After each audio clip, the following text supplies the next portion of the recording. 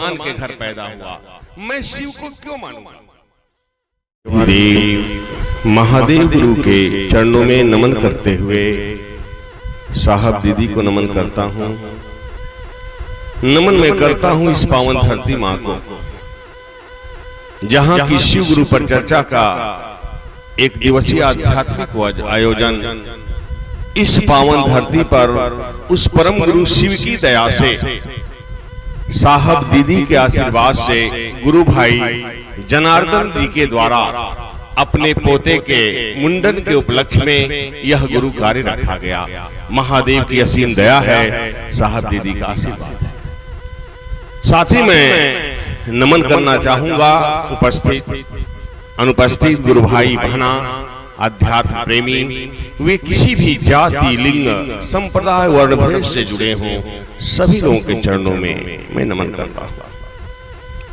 अभी आप लोग हमारे मास्टर साहब गुरु भाई पंकज जी से बड़ी अच्छी गंभीर चर्चा आप सुने। हमारी गुरु बहन जो बड़ी प्रिय गुरु बहन है हीरामणि जी दीदी, उनके द्वारा आपने भजन सुना। अगर आप उनको अपने विचारों में उतारेंगे, एक भी बात अपने दिमाग में रख लेंगे, विचारों में उतार लेंगे, जिंदगी बदल जाएगी। अभी हमारे मन संचालक ने कहा कि गुरु भाई मोहम्मद लियाकत अली खान, नाम से ही जान गए होंगे आप लोग कि मैं मुसलमान हूं, मैं इस्लाम धर्म को मानने वाला, मैं मुसलमान के घर पैदा हुआ, मैं शिव को क्यों मानूंगा? आज तक हिंदू धर्म के मानने वाले लोगों ने शिव की उपासना, पूजा पाठ, अर्चना, जलधरी सब कुछ किया, लेकिन मुसलमानों ने शिव को नहीं माना। और मैं इस्लाम धर्म को मानने वाला मुसलमान के घर पैदा हुआ, आज आपके गांव लगार में शिव गुरु की बात करने आया हूं। आखिर क्यों? कोई कारण होगा, क्यों आया हूं? क्या मैंने इस्लाम धर्म को छोड़ दिया? क्या मैंने हिंदू धर्म को अपना लिया? मैं हिंदू हो गया हूं इसलिए मैं शिव की बात करने आया? जी नहीं, मैं इस्लाम को ही मानता हूं, अपने धर्म मजहब को मानता हूं। क्या मैं मूर्ख हूं कि लोगों ने उल्टा सीधा समझा दिया या कहा कि खान साहब चलिए लगार में चर्चा हो रही है, चलेंगे तो 10-20 हजार रुपया मिल जाएगा? ऐसा भी नहीं है। फिर मैंने शिव को गुरु क्यों बनाया, जानने की जरूरत है। मैंने समझा, मैंने जाना कि शिव ही गुरु होते हैं। वो परमात्मा जो भगवान के रूप में पूजे गए, वही गुरु का काम करते हैं। और खुदा और शिव में कोई फर्क नहीं है। आज धर्म और मजहब के अनुसार हर एक व्यक्ति पूजा पाठ, अगरबत्ती, प्रसाद, मंदिर, मस्जिद, नमाज, रोजा, सत्संग, भजन, उपवास, व्रत सब हो रहा है, लेकिन प्रेम नहीं है। नहीं है प्रेम। अगर प्रेम रहता तो दिखता, लेकिन हर घर की बात है, हर एक गांव समाज की बात है कि पति पत्नी का झगड़ा, सास बहू का झगड़ा, भाई भाई का झगड़ा, पड़ोस वाले से झगड़ा, धर्म जाति का झगड़ा, ऊंच नीच का झगड़ा, हिंदू मुस्लिम का झगड़ा, मंदिर मस्जिद का झगड़ा। आखिर झगड़ा क्यों? भक्ति का अर्थ होता है प्रेम, पूजा का अर्थ होता है प्रेम। पूजा से तो प्रेम होना चाहिए, लेकिन यहां तो झगड़ा है। आखिर क्यों? इसका मतलब आपकी पूजा नहीं होती है। अगर पूजा होती तो प्रेम होता, आपस में एक दूसरे का सहयोग होता, ये लड़ाई झगड़े अलगाव नहीं होता। जिस शिव की बात आप कर रहे हैं और सुन रहे हैं, आप लोगों ने क्या कहा? महादेव, देवों के देव जो सबसे बड़े हैं। यहां अगल बगल में मुसलमान भाई भी होंगे, या आप लोगों ने सुना होगा जब अजान पुकारते हैं मस्जिद में नमाज के लिए तो कहते हैं अल्लाहु अकबर, अल्लाहु अकबर। अकबर बादशाह का नाम नहीं लेते हैं। ये अकबर फारसी शब्द है और अकबर का हिंदी होता है सबसे बड़ा, सबसे बड़ा। मुसलमान भाई भी अपनी भाषा में कह रहे हैं अल्लाहु अकबर, अल्लाहु अकबर, अल्लाह सबसे बड़े हैं, अल्लाह सबसे बड़े हैं। आप भी कह रहे हैं महादेव, देवों के देव जो सबसे बड़े हैं। बात एक ही है। अब जो ओम लिखते हैं, ओम में पूरी सृष्टि है। हिंदी, इंग्लिश, संस्कृत बाएं से दाहिने की तरफ लिखा जाता है। अरबी, उर्दू, फारसी उसके उल्टा दाहिने से बाएं की तरफ लिखा जाता है। उसी ओम को जब आप इधर से लिखते हैं तो खुदा हो जाता है। वही ओम खुदा है, खुदा ही ओम है, शिव ही खुदा है, खुदा ही शिव है। तो झगड़ा क्यों? क्यों झगड़ा है? आपने इस हाथों से मंदिर और मस्जिद बनाया, गुरुद्वारा और गिरजाघर बनाया, ईंटा बालू सीमेंट से जोड़कर मंदिर मस्जिद बनाया है? उस मंदिर और मस्जिद में जाने के बाद अपने हाथों से बनाए हुए ईंट और पत्थर बालू सीमेंट से डर पैदा हो जाता है कि भगवान का घर है, खुदा का घर है। अगर कोई गलती करेंगे तो पाप लग जाएगा। इस शरीर को, इस मंदिर को उस भगवान ने बनाया, ईश्वर ने बनाया, जिसमें वो रहता है। उसके साथ हत्या, लूट, नफरत, लड़ाई और झगड़ा करते हैं। कैसी पूजा? किस चीज का नाम है पूजा? ये अगरबत्ती जला लेना, प्रसाद चढ़ा लेना, दीप जला लेना, मंदिर मस्जिद चले जाना, उपवास व्रत कर लेना, कुछ नहीं होगा। जब तक प्रेम नहीं होगा, जब तक ये नहीं बदलेगा, मन नहीं, विचार नहीं बदलेगा, तब तक कुछ नहीं होगा। विचार करें। हमारे हिंदू भाई हर साल नवरात्रि मनाते हैं, 9 दिन का पूजा दशहरा मनाते हैं, अभी दिवाली भी मनाएंगे, छठ भी मनाएंगे, हर साल मनाते हैं। उपवास करते हैं, व्रत करते हैं, पेट में कुछ खाए नहीं खाए, अन्न खाए, फल खाए, जल खाए नहीं खाए, हर साल करते हैं। क्या बदला? कुछ बदला? आप वही हैं जहां थे। अरे आपने 9 दिन का नवरात्र व्रत रखा, मुसलमानों ने 1 महीने का रोजा रखा। आपने विचार किया क्यों रखते हैं? पिकनिक मना रहे हैं। आपने 9 दिन का जो नवरात्र व्रत रखा, पेट में खाया नहीं खाया, जल खाया, फल खाया, लेकिन आपने संकल्प लिया, आपने विचार किया कि आज पहला व्रत है, आज पहला उपवास है, आज से मेरा झूठ बोलना छूट जा, कल से लड़ाई झगड़ा छूट जा, शोषण छूट जा, व्यभिचार छूट जा, दूसरे से नफरत करना छूट जा, दूसरे को परेशान करना छूट जा। तो पता चलता कि आप 9 दिन में बहुत अच्छे हो जाते। लेकिन बदला कुछ नहीं। आपने रावण का पुतला जलाया, 100 फीट, 200 फीट, 400 फीट, क्या हुआ? कुछ नहीं हुआ, हर साल जलता। अरे रावण ने मां सीता का हरण किया, मां सीता को चुरा के ले गया, इसलिए रावण के पुतले हर साल जलाए जाते हैं। लेकिन हमारे आपके अंदर जो रावण बैठा है, हमारे आपके अंदर जो बुराई है, रावण है, आपने इसको जलाया, खत्म किया? नहीं किया। तो रावण का पुतला जला के क्या करेंगे? आपने घर की सफाई किया, पेंट किया, चूना लगाया, सब कुछ किया। दिवाली के दिन दिया जलाएंगे, घर घर में दिया जलेगा, शौचालय में भी दिया जलेगा, अंधेरा नहीं रहे। इस घर की आपने सफाई किया। इस घर की सफाई पेंट और चूने से नहीं होगी, ज्ञान से होगा। और ज्ञान के लिए गुरु के शरण में जाना पड़ेगा। उस परमात्मा से बड़ा कोई गुरु नहीं है। संसार का गुरु झूठ बोल सकता है, धोखा दे सकता है, आपको ठग सकता है, लेकिन वह परमात्मा कभी किसी को नहीं ठगते हैं। तो हमें ऐसे गुरु को बनाना है जहां से हमें कोई दिक्कत नहीं हो, परेशानी नहीं। आपने इसमें ज्ञान रूपी दीपक जलाया नहीं जलाया, तो फिर ये दिवाली बना के क्या करेंगे?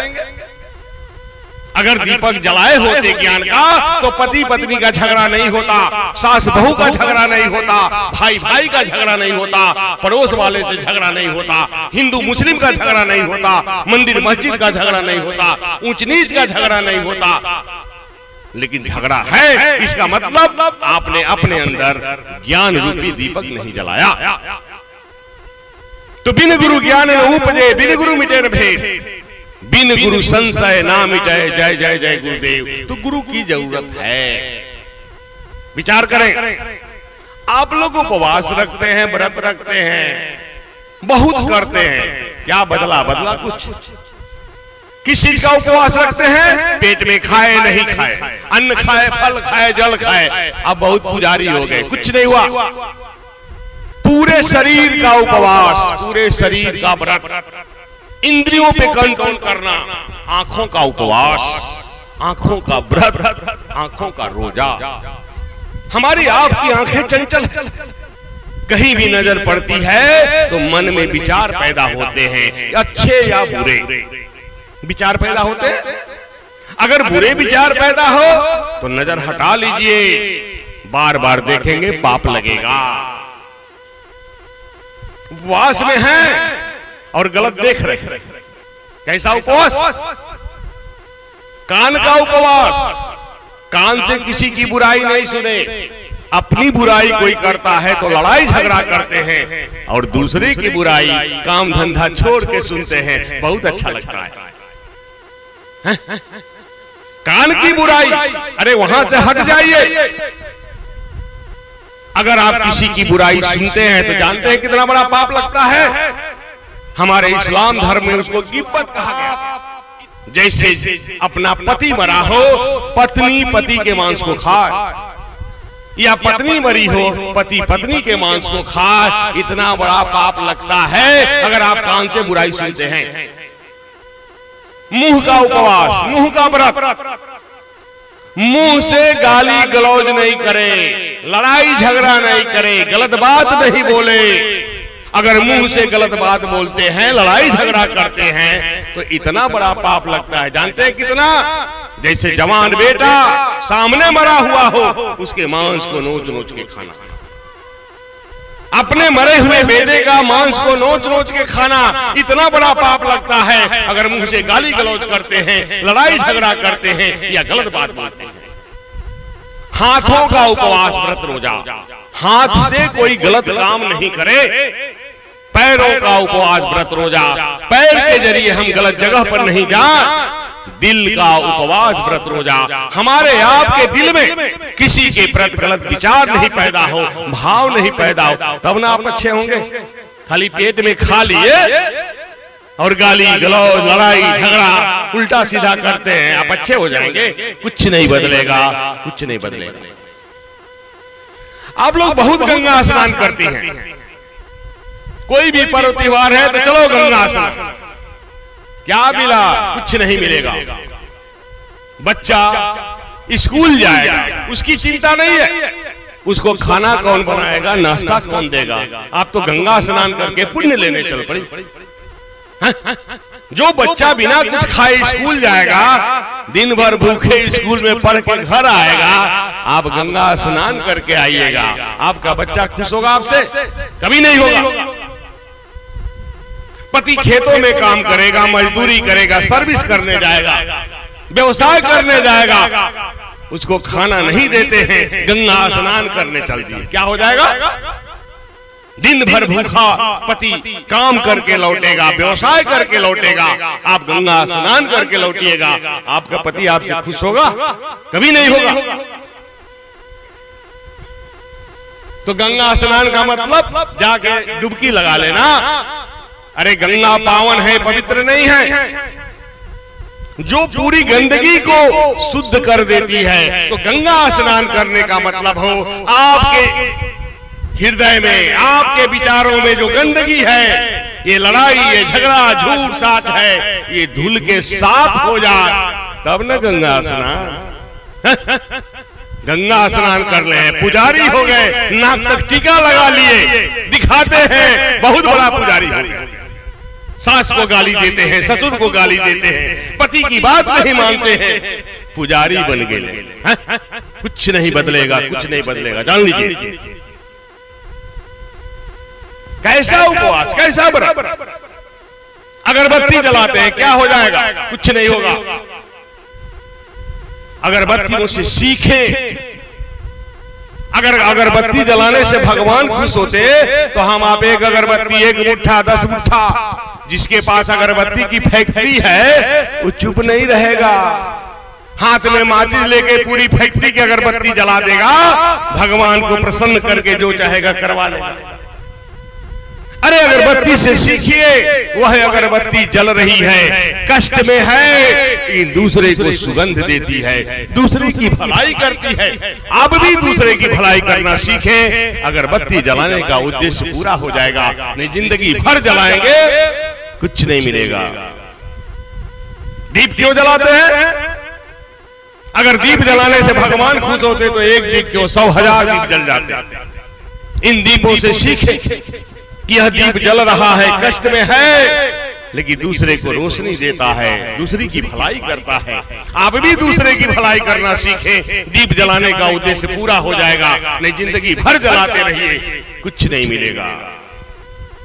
आप प्रसाद क्यों चढ़ाते हैं? भगवान खाते हैं? खाता तो कोई नहीं चढ़ाता, कोई नहीं चढ़ाता। गलत काम करेंगे, आप प्रसाद चढ़ा के खा लेंगे, आपकी बुराई खत्म हो जाएगी, आप अच्छे हो जाएंगे। अगर प्रसाद चढ़ाने से भगवान खुश होते तो हम आप थोड़ी मिठाई लाके चढ़ा देते हैं। दुकानदार के पास तो पूरी दुकानें मिठाई से भरी है, वो दुकान नहीं चलाएगा, प्रसाद के रूप में चढ़ा के बांट देगा, भगवान को कब्जा करके रख लेगा, क्योंकि पूरे दुकान की मिठाई चढ़ा दिया और जो चाहेगा करवा लेगा। अरे हमें परमात्मा का प्रसाद मिल जा, शिव की दया उतर जा हमारे आपके ऊपर, हमें आपको सही और गलत की समझ हो जा, आप गलतियों को छोड़ के अच्छे काम करने वाले बन जा, तब ना फायदा होगा। अभी छठ आ रहा है, घर में पैसा नहीं है, लेकिन हम छठ करबे करेंगे, कर्ज लेके करो, फल खरीदबे करेंगे, सूप खरीदबे करेंगे, लेकिन प्रसाद तो खा लेंगे, बांट लेंगे, बड़ा बढ़िया लगेगा। अजूब रुपया वाला आएगा रुपया लेने के लिए तो स्विच ऑफ हो जाएगा मोबाइल का। भगवान खुश हो जाएंगे। तो पूजा का मतलब प्रेम, भक्ति का मतलब प्रेम। आपस में अगर प्रेम नहीं है कुछ नहीं है। एक आदमी ने एक आदमी से पूछा कि माँ के कदमों के नीचे, माँ के पैरों के नीचे स्वर्ग है, जन्नत है, कैसे? कहा नहीं जानते हो?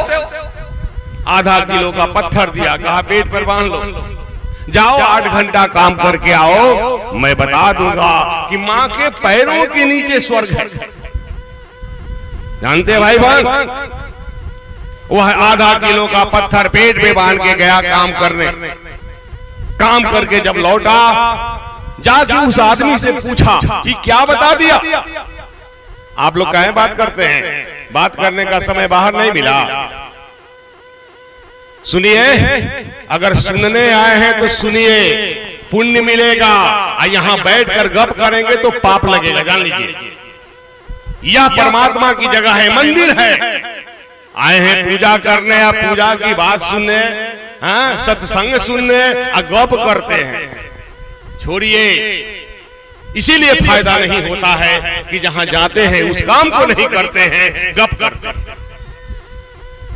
तो हम झूठे चले जा रहे हैं, बंद कर देते। विचार कीजिए।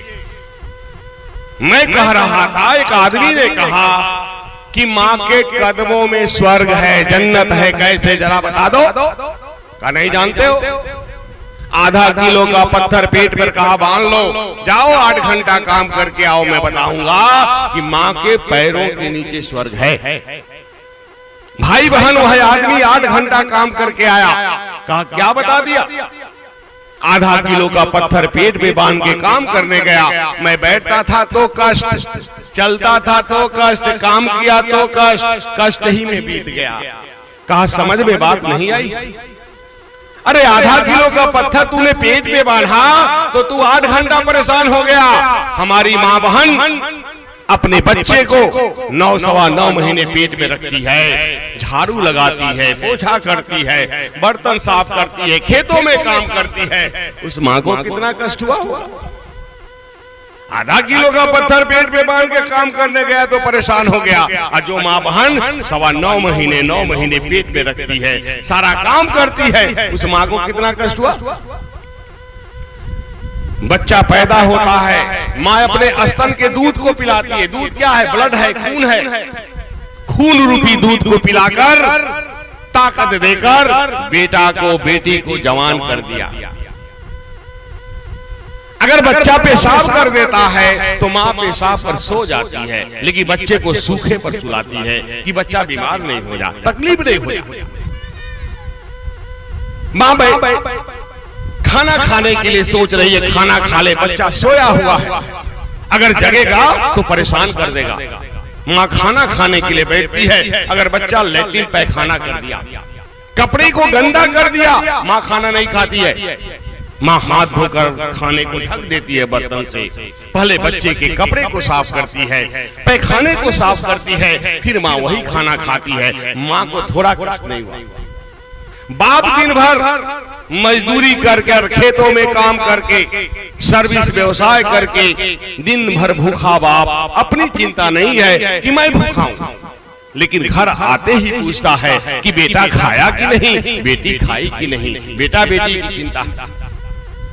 अगर बच्चे को खांसी और छींक आ जाती है तो माँ बाप रात भर बैठकर मन्नतें मानते हैं, मेरे बेटा को क्या हो गया, बेटी को क्या हो गया, ठीक होगा तो शिव चर्चा कराएंगे, सत्यनारायण बाबा का पूजा कराएंगे, बहुत सी मन्नतें मानते हैं। पैसे नहीं है, कर्ज लेके दवाइयां कराते हैं। लेकिन वही माँ बाप जब बूढ़े हो जाते हैं, कमजोर हो जाते हैं और ये बेटा बेटी जवान हो जाता है, माँ बाप को खांसी और छींक आती है तो क्या कहते हैं, ये बुढ़वा बुढ़िया मर नहीं जाता है, रात भर खाए खाए करके खांस के थूक फेंक के घिना देता है, सोने भी नहीं देता। यही है पूजा। तो कान खोल के सुन लीजिए, जिस माँ बहन ने सास ससुर की सेवा नहीं किया, माँ बाप की सेवा नहीं किया, अपने पति के आदेश का पालन नहीं किया, उसकी कोई पूजा नहीं होती है। चाहे जिंदगी भर अगरबत्ती जला लो, प्रसाद चढ़ा लो, दीप जला लो, गंगा में तैरती रहो, कोई पूजा नहीं होती है। पत्नी के लिए पति परमेश्वर है, जिसने पूरी जिंदगी बिता दिया, परिवार कैसे चलेगा, घर कैसे चलेगा, बीबी बाल बच्चा कैसे चलेगा, परेशान रहता है बाहर और घर में आता है तो एक गिलास पानी नहीं मिलता है, अच्छी बात नहीं होती है, हाँ? उसको नाश्ता नहीं मिलता है। विचार करें हम आप क्या करते हैं, अरे पति से ही आपका सिंदूर है। जिसका पति नहीं उससे पूछ लीजिए, शुभ कामों में बैठने नहीं देगा, सुबह मुंह नहीं देखना चाहेगा, जतरा खराब हो जाएगा। पति से ही सुहाग है, पति से ही सारी जिंदगी है, और पति को आप लोग समझते नहीं हैं। पति ही परमेश्वर हैं पत्नी की। लेकिन कौन पति, कौन पति पर लाया, 7 फेरे लगा के आया, जिंदगी जीने की कसमें खाया, वो पति परमेश्वर है। लेकिन वो पति परमेश्वर नहीं है जो शराब पी के आता है बाहर से लड़खड़ाते हुए, पत्नी को पीटता है, बच्चों को पीटता है, समाज में उधम मचा देता है, वो पति कहलाने के लायक नहीं होता है, जान लीजिए। इसलिए बड़ों की सेवा कीजिए, सास ससुर की सेवा कीजिए, माँ बाप की सेवा कीजिए, समाज से पड़ोस से प्रेम कीजिए। कोई अगरबत्ती नहीं जलेगी, कोई प्रसाद नहीं चलेगी, मत स्नान कीजिए, मत पूजा कीजिए, आप अच्छे हो जाएंगे। इसलिए मेरे भाई बहन समझने का प्रयास करें, समझने का प्रयास करें। ये हिंदू मुस्लिम, ये सिख ईसाई, ये धर्म नहीं है, एक रास्ता है। धर्म है सनातन, शाश्वत, जो सत्य है, सत्य से जुड़ने के मार्ग है। अब मुसलमान भाई क्या कहता है, हम मुसलमान हैं, मेरा धर्म अलग है, हम हिंदू हैं, धर्म अलग है। कर्म ठीक नहीं है, धर्म कहां से हो अच्छा होगा? कोई भी बच्चा पैदा होता है घर या हॉस्पिटल में, जब बच्चा पैदा होता है तो बच्चे को देखकर क्या कहते हैं? लड़का पैदा हुआ कि लड़की? यही ना कहते हैं कि हिंदू पैदा हुआ कि मुसलमान, सिख पैदा हुआ कि ईसाई, ये बड़ी जात का पैदा हुआ कि छोटी जात का? वाह, उस परमात्मा ने इंसान बना के भेजा, हम लोगों ने यहाँ हिंदू बना दिया, सिख बना दिया, ईसाई बना दिया, बड़ी जात और छोटी जात बनाकर समाज को तोड़ने का काम किया और कहते हैं हम बहुत पूजा करते हैं। अगर मुसलमान की पहचान दाढ़ी टोपी रखने से होता, लड़के का सुन्नत करने से होता, तो जिस परमात्मा ने, ईश्वर ने, खुदा ने माँ के गर्भ में इतना सुंदर बच्चा बनाया, मुसलमान नहीं बना देता? सर पे टोपी लगा देता, दाढ़ी बढ़ा देता, सुन्नत कर देता, पैदा होते ही देखने से पता चलता ओ अब की बार मुसलमान पैदा हुआ। फिर बच्चा पैदा होता तो टिक जने डंड डोर देता पेटे में, ओ अभी हिंदू है, पैदा हो गया। किसी को क्रास पहन के आता, ये ईसाई पैदा हो गया। कोई दाढ़ी जूड़ा बांध के आता, अब की बात सिख पैदा हो गया। हुआ है तो चेहरा और कपड़ा बदल के आप अच्छे होंगे कि मन और विचार बदला नहीं। ये दाढ़ी टोपी लगा के, ये वेद कुरान हदीस कुरान पढ़ के आप अच्छे नहीं हो सकते हैं, जान लीजिए। इसलिए एक दूसरे से प्रेम करना सीखे, दूसरे की भलाई करना सीखे, दूसरे का सहयोग करना सीखे। ये हिंदू मुस्लिम सिख ईसाई एक रास्ता है, एक मार्ग है, धर्म नहीं है। अरे धर्म तब बनता है मंदिर से निकलो, मस्जिद से निकलो, गुरुद्वारा गिरजाघर से निकलो और चारों मिलके एक जगह झुक जाओ, वहां से शुरू होता है धर्म, और वो है मानव धर्म, बाकी कोई धर्म नहीं है। हम मुसलमानों ने क्या कहा? खुदा जर्रे जर्रे में रहता है। जर्रे जर्रे उर्दू शब्द है, हिंदी हुआ कण कण। मुसलमानों ने कहा खुदा जर्रे जर्रे में है, खुदा कण कण में है। दुनिया के हर एक जगह खुदा है, तो सब जगह ही मुसलमानों का खुदा कब्जा कर लिया, तो हिंदू का भगवान कहाँ चला गया? ताड़ के पेड़ पर। ईसाई का गाड कहाँ चला गया? नीम के पेड़ पर। सिख का वाहेगुरु कहाँ चला गया? बस मिट्टी में।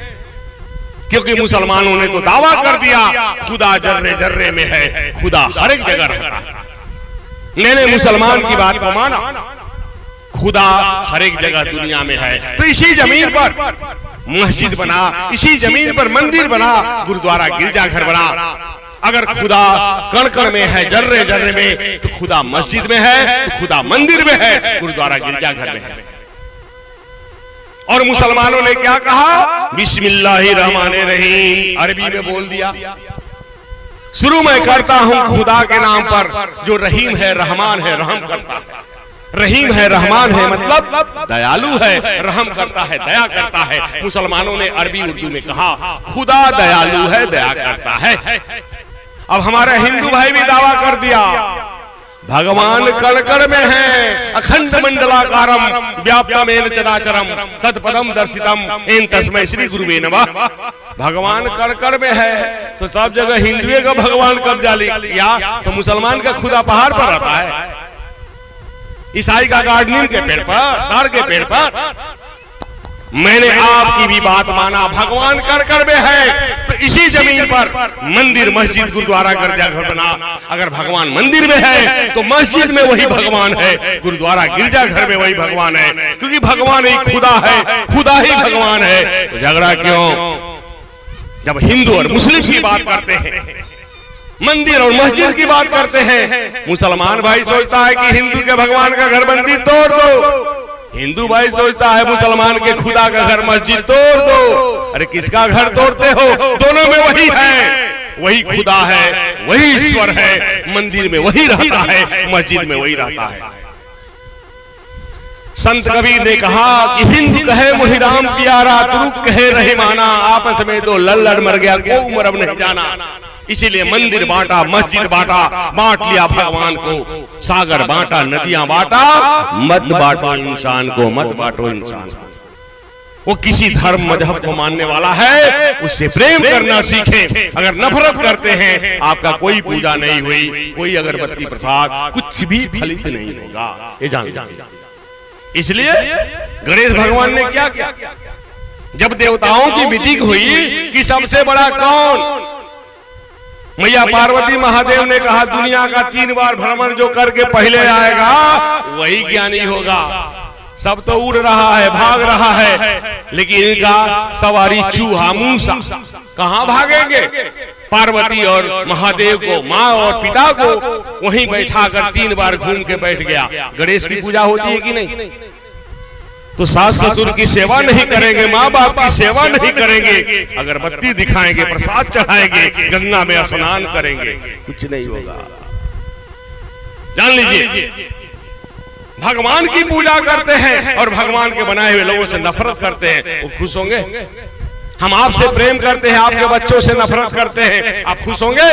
कभी खुश नहीं हो सकते हैं। इसलिए दूसरे की भलाई करना सीखे, बड़ों की सेवा, इससे बड़ी कोई पूजा नहीं है। भगवान क्या कहते हैं? ना मैं मंदिर, ना मैं मस्जिद, ना काबा कैलाश में, मुझे तू कहां ढूंढे रे बंदे, अरे मैं तो तेरे पास में, मैं तो तेरे पास में। मृगा की तरह चौकड़ी लगा रहे, कहां है? अगरबत्ती में, प्रसाद में, मंदिर में, मस्जिद। मन विचार ठीक है नहीं है, खोज रहे मंदिर मस्जिद, होगा कुछ नहीं होगा। इसलिए विचार करें, हम लोग विचार करने आए हैं कि गुरु की जरूरत है। कैसा गुरु करे, कहां से गुरु लावे? संसार में जाएंगे तो कोई कहेगा घर द्वार के छोड़ के आओ तब चेला बनाऊंगा, कोई कहेगा शादी नहीं करना है तब चेला बनाऊंगा, सृष्टि बंद हो जाए, कोई कहेगा सर मुड़ा के आओ, कोई कहेगा लाल वस्त्र पहन के आओ, कोई कहेगा सफेद वस्त्र पहन के आओ, कोई कहेगा टीका चंदन लगा के आओ, कोई कहेगा लहसुन प्याज छोड़ के आओ, कोई कहेगा मांस मछली छोड़ के आओ। किसकी बात मानेगी? कौन यह व्यक्ति है संसार में जो झूठ नहीं बोलता? कौन वह व्यक्ति है जो शोषण व्यभिचार नहीं करता है? कौन व्यक्ति है जो नफरत नहीं करता है, लोगों को ठगता नहीं है, वो किसी पंथ का हो? कौन नहीं गलत काम करता है? हम इस पंथ के हैं तो उसकी बात मानिए ना। कोई पंथ, कोई मजहब कहता है गलत काम करने के लिए, कहता है, और आप गलत काम करते हैं, कंठी बांध लिए, क्या हो जाएगा? कुछ नहीं होगा। मनमा ठीक होगा तब नहीं, कंठिया माला फेर जुग गया, गया न मन का फेर, कड़ का मड़ का छाड़ दे, मन का फेर। विचार कीजिए कैसे होगा प्रेम? इसलिए शिव को गुरु बनाइए। शिव ही एक उपाय है जो सृष्टि को बनाए हैं। एक मोबाइल अगर खराब हो जाता है, किसी के पास जाएंगे, जितना ज्ञान है वो ठीक कर देगा। सबसे अच्छा कौन ठीक करेगा? जिसने इसको बनाया, निर्माण किया, उससे बेहतर इसके बारे में कोई नहीं जानता है। तो हमें आपको कौन बनाया? परमात्मा ने बनाया। उससे बड़ा ज्ञानी कौन हो सकता है? इसलिए शिव को गुरु बनाइए। हम लोग यही निवेदन करने आए हैं, प्रार्थना करने आए हैं, उपदेश देने नहीं आए हैं। अभी पंकज मास्टर साहब सीएल लेके आए हैं, बेचारे गुरु का चर्चा है। हम बनारस से आए हैं, क्या जरूरत है मुझे आने का? घर द्वार नहीं है, भूखे पेट आए हैं, परिवार नहीं है, आप खाना देंगे तब हमारा पेट भरेगा, इसलिए आए हैं। ऐसा नहीं है। घर बनारस में है, दिल्ली में है, हरियाणा में है, सब जगह है। बेटा लोग इंजीनियर है, सब कुछ है, कारोबार है, करोड़ों का कारोबार चलता है। मेरा काम शिव चर्चा करना नहीं है, जगह जगह घूम के जाना नहीं है, मेरी व्यवस्था है, लेकिन मैंने शिव को गुरु बनाया है, इसलिए आपके गांव शिव की बात करने आया हूं। 70 साल की उम्र है पता? 47 साल का बेटा है। हम किसी से कमजोर हैं? आज तक मुंह में सुपारी नहीं गया। जान लीजिए, बनारस से अच्छा पान कहीं का नहीं है, लेकिन मुंह में सुपारी नहीं गया। कहते हैं हम इस पंथ के हैं, उस पंथ के हैं, मन विचार ठीक है नहीं हुआ, आप पंथे पकड़ के चल रहे हैं, कंठिए बांध के चल रहे हैं, आई ठीक है नहीं हुआ, क्या हो जाएगा? कुछ नहीं होगा। कर्म सभी करते हैं, अच्छे या बुरे। विचार कीजिए, सभी अच्छे बुरे कर्म करते हैं। कुंभकार जानते हैं, जो मिट्टी से बर्तन बनाते हैं। 2 भाई, एक भाई ने मिट्टी से घड़ा बनाया, वो भी कर्म है। घड़ा बेच के पैसा लाएगा, परिवार चलाएगा। दूसरा भाई उसी मिट्टी से गांजा पीने की चीलम बना रहा है, वो चीलम बेच के पैसा लाएगा, परिवार चलाएगा। लेकिन घड़ा हंस रहा है, चीलम रो रही है। चीलम से पूछा गया क्यों रो रही है? कहा मैं इसलिए रो रही हूं कि जो मुझे खरीद के ले जाएगा इसमें गांजा भरेगा, आग लगाएगा, गांजा पिएगा तो पीने वाले का भी हृदय जलेगा। चीलम ने कहा मेरा भी हृदय जलेगा। इससे अच्छा होता कि मुझे दीपक मुझे को रोशनी देता, प्रकाश देता, भलाई कर देता। घड़ा से पूछा गया तुम क्यों हंस रहे हो? कहा मैं इसलिए हंस रहा हूं कि जो मुझे खरीद के ले जाएगा इसमें जल रखेगा, पानी रखेगा, मैं भी शीतल ठंडा रहूंगा, जो पानी पिएगा वो भी शीतल।